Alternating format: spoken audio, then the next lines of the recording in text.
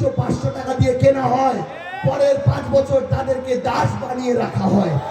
তাদেরকে 5 বছরের জন্য মাত্র 500 টাকায় কেনা হয়।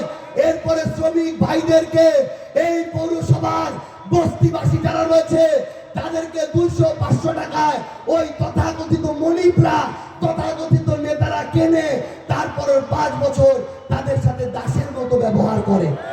আমরা কথা দিচ্ছি, আমার এই বস্তিবাসী ভাই বোনেরা, আমার এই পঞ্চগড়ের যে ভাই বোনেরা রয়েছেন, আমরা আপনাদেরকে কথা দিচ্ছি, আমাদের শ্রমিক ভাইরা আপনাদেরকে, আপনাদের পরবর্তী প্রজন্মকে আর শ্রমিক হয়ে থাকতে হবে না। ইনশাআল্লাহ আপনার সন্তান স্বপ্ন দেখবে, সেই সন্তান ডাক্তার হবে, ইঞ্জিনিয়ার হবে, ব্যারিস্টার হবে ইনশাআল্লাহ। আমরা শ্রমিকদের জন্য শ্রমিক ওয়েলফেয়ার ট্রাস্ট, শ্রমিক কল্যাণ ট্রাস্ট গঠন করব, যেটা আমার শ্রমিকদের সন্তানদের শিক্ষা, তাদের পরিবারের চিকিৎসা এবং তাদের যখন কাজ থাকবে না সেই সময় তাদের যেন জীবিকা নির্বাহের, উপার্জনের একটা আয়ের ব্যবস্থা থাকে, আমরা সেই নিশ্চয়তা তৈরি করব ইনশাআল্লাহ।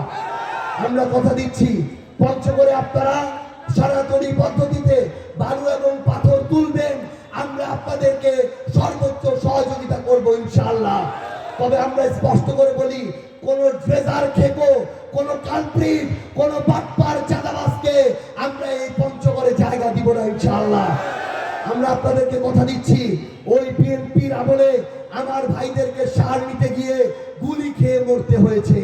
বর্তমানে এই সময়ে তারেক রহমানের উপস্থিতিতে পুরান ঢাকার মিটফোর্ড হাসপাতালের সামনে বিএনপির সন্ত্রাসীরা আমার এক ব্যবসায়ী ভাইকে চাঁদা না পেয়ে পাথর দিয়ে পিষে হত্যা করেছে।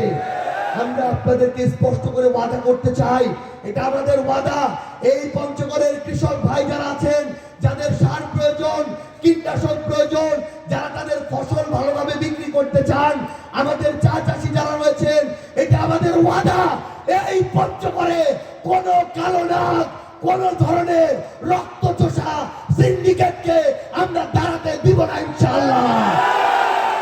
আমরা আপনাদেরকে কথা দিচ্ছি, আমাদের এই পঞ্চগড়কে, পঞ্চগড়ের পরবর্তী প্রজন্মকে ওই তথাকথিত মাদক ব্যবসায়ী, রাজনীতিবিদ, নামধারী মাদক ব্যবসায়ীদের থেকে আমরা চিরতরে মুক্ত করব ইনশাআল্লাহ। আমাদের প্রজন্মকে বাঁচাতে, পঞ্চগড়কে বাঁচাতে ওই ধরনের 8-10টা মাদক ব্যবসায়ী সারা জীবন যদি অন্যায়ের শাস্তি পেয়ে জেলে পচে পড়ে আমাদের কিচ্ছু আসে যায় না, কিন্তু কোন মাদক ব্যবসায়ী, চোরা কারবারি, আশ্রয় প্রশ্রয় দাতার ঠিকানা এই পঞ্চগড়ে হবে না ইনশাআল্লাহ। আপনারা ওই নেতাদের চিনে রাখবেন যারা শুধু নির্বাচনের সময় বড় বড় কথা বলে, যারা তাদের জায়গা থেকে আমাদেরকে বলে যে এই ছেলেরা, গতকালকে আমি দেখলাম আমাদের এখানকার একজন সাবেক প্রতিনিধি বলছেন আমাদের বয়স তাদের সন্তানের চেয়েও কম, আমরা সংসদে প্রতিনিধিত্ব করার এখনো উপযুক্ত হই নাই।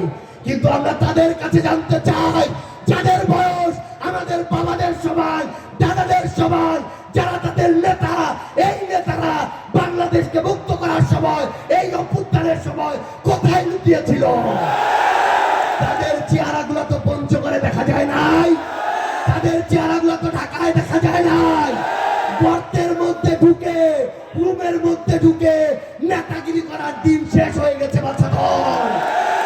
আমরা স্পষ্ট করে বলি, আপনাদের যেই নেতারা 5 বছরে একবার শীত নিদ্রা থেকে বের হয়ে আসে, নিজের দুর্দিনের কর্মীদেরকে 5 বছরে খোঁজ খবর নেয় না, নিজের কর্মীদের কষ্টের দিনে পাশে থাকে না, তারা কোনোদিন এই পঞ্চগড়ের, আমাদের বাংলাদেশের নেতা হইতে